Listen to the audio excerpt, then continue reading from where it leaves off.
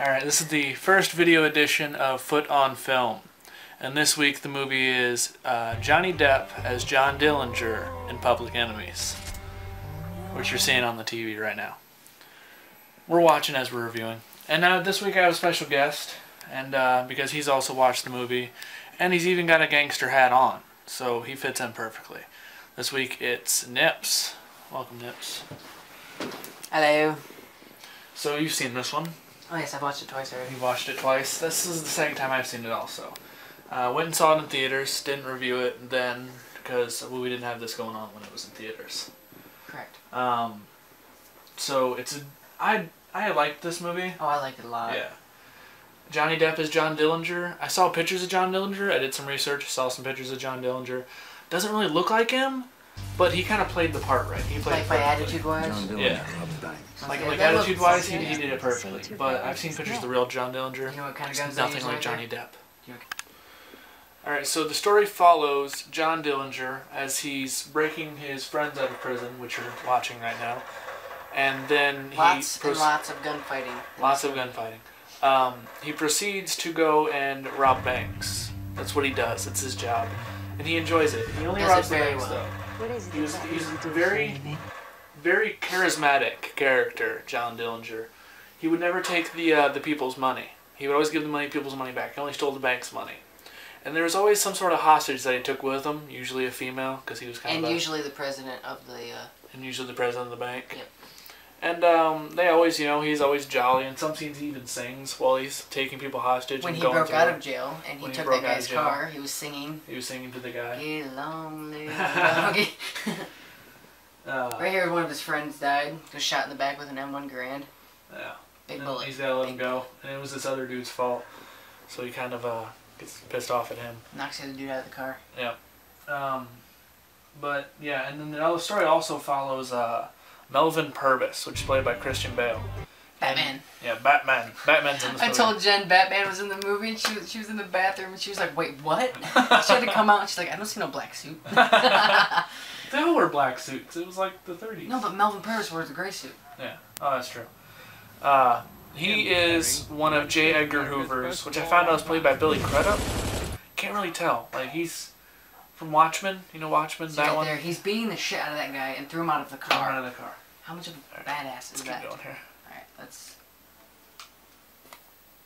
There. And there we see Melvin Purvis and a cameo by Channing Tatum in this movie. He kind of just pops in for about a minute and gets shot, and then that's the end of it.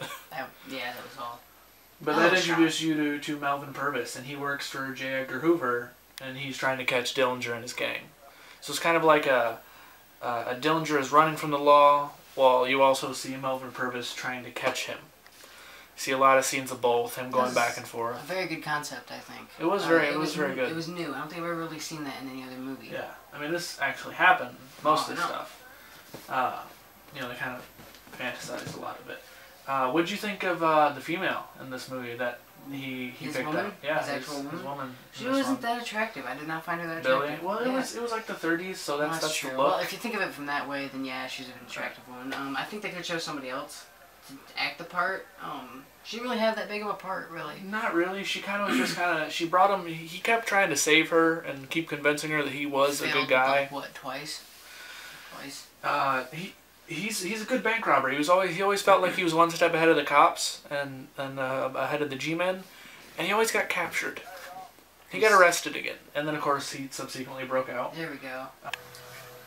So there was a lot of gunfights in this film, but there's not a whole lot of people dying towards the first part of this film. No, really not. It's just a lot of gunfights going from the police to him and them firing at nothing, like the G-men firing at nothing, and then the cars getting shot up. And then, but the big scene though, I think one of the really biggest scenes was the hotel scene where they're not that hotel scene, but the safe house. That safe house scene. Yeah. Where that huge firefight goes on. Bullets flying everywhere. There's like a big scene in this film is when the G-Men believe that they have them trapped in this safe house that they've decided to hide in. That was one that Babyface Nelson came up with. Yeah, Babyface Nelson. Yeah, that was his. It was his idea. He was kind of like Dillinger didn't really like him. No, I didn't even like him. Yeah, he was kind of dead. He was kind of crazy. Like during one of the bank robberies, he literally just like shot one of the guys that one of the policemen that rolled up on a motorcycle, Babyface Nelson was standing up on the bench or whatever and shot the guy riding up on the motorcycle through the window. Through the window. He's like, I got one! Yeah. Yeah, he was kind of nuts. And Dillinger, he was always kind of... He never wanted to injure people. He just kind of wanted to scare them into giving them money. Right. He just wanted to take the money and go. But that scene was amazing because there was just so much firefighting going on. And it was such a long scene. Like, I didn't think that scene was going to be that long. I mean, the filming of it, off I liked, yeah, it even kind of trailed. when they went into the woods. Yeah. I like it when, I liked the whole way they shot this film. It was supposed to be shot as an old style, kind of an homage to older films, older kind of gangster films. This is how people dressed back then. This is how people talked back then. They even went so much as towards the end of the film, they threw in another movie, an old movie that had Clark Gable in it. Melodrama in Manhattan. Yep. Manhattan melodrama, yeah. They're just words. They have no control over me. We'll flip them around. We got this. Yeah. And so they literally, Dillinger goes to the theater a few times in this film, and one of them he actually sees himself up on the big screen, and it's kind of I'm sitting in this theater with my picture up there, and I'm wanted, and you know, it's kind of a, hey, I can't believe I got away with that. Right. And then later on in the film, he actually goes and enters the Dillinger part of the police station, the local police station. Yeah, that's great. And he's just walking around there seeing all the pictures of his friends and stuff and seeing his picture. And there's some people listening to a baseball game, and he walks up to them, some cops, and he asks them to score the baseball game. Like, they were literally cops that are supposed to be finding him and he walks in there, him. yeah. He just walked right in there, all casual, like. But things don't always go so well for John Dillinger in this film. He constantly gets arrested. He's constantly, I wouldn't say being double-crossed, but he's constantly like, things go wrong. Constantly kept losing friends. Right, keeps losing friends. Losing contacts. They keep losing getting safe caught, houses. killed, yeah.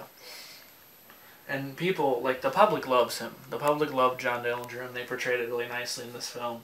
As he had lots of safe houses in the beginning. Like, everyone loved him. He was like a superstar. Like, when he got caught, he literally like put his arm around the mayor, I think. Yeah, it was the mayor. He was the mayor or the sheriff. He puts his arm around him and was just answering town. questions. People just had questions left and right for him. And like when he was going to the police station in the car, the crowds around the car were like cheering him on, and he's waving to him inside the car and smiling at him and everything. The only bad things I would have to say for this film would be the, in some parts there's sort of a lack of sound that could be due to the, right, there's just not much sound going on. You would think that there'd be some background ambient noise There's or no sound, music. but I think that's just to do with the fact that it was based on old style filming, and Michael Mann knew that, so he wasn't going to put a lot of audio that didn't need to be there in the movie. Like, he's telling us a story that actually happened, so he's filming it as the story that actually happened. There's not really much else to say about this movie. I like the way he shot it. He didn't sensationalize anything. Like, when this car rolls, you just see the car rolling. There's no extra noise when the car rolls. It's just an old style car flipping and the noise that car made. Like, they didn't like enhance the sound of that. They didn't make it sound like everything was crunching or anything, because they made those cars sturdy. Yes, they did. So when the car rolled, you just saw it go, and they didn't switch angles. They kept one angle the whole time. I liked how it was shot. They didn't try to go over the top with this film. They just tried to tell you the story. Right. So that part 2 was a pretty bloody part 2 when the car flipped. Which was the second part of the escape house. from the safe house scene. The gunfight at the safe house. So altogether, I would say that this is a really good movie, and if you like gangster films, if you like Johnny Depp films, if you've seen anything Michael Mann has done before, maybe Collateral, then definitely this is a film to watch. I would say this is a rent out of Rent, Buy, or Steal. What about you? Would you say rent it? I would definitely say rent it, but if you're someone more for like collecting movies, I'd say buy it.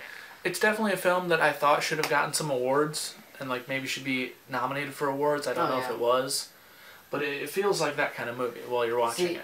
This part of the movie I didn't get to watch because it didn't work on my PS2.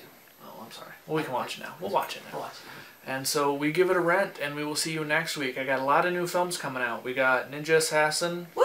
We have, I just got It Might Get Loud, which is a documentary, maybe a direction we haven't gone. I have some stand-up comedy ones that we could be doing. There's also maybe Surrogates, Taking of Pelham 1, 2, 3.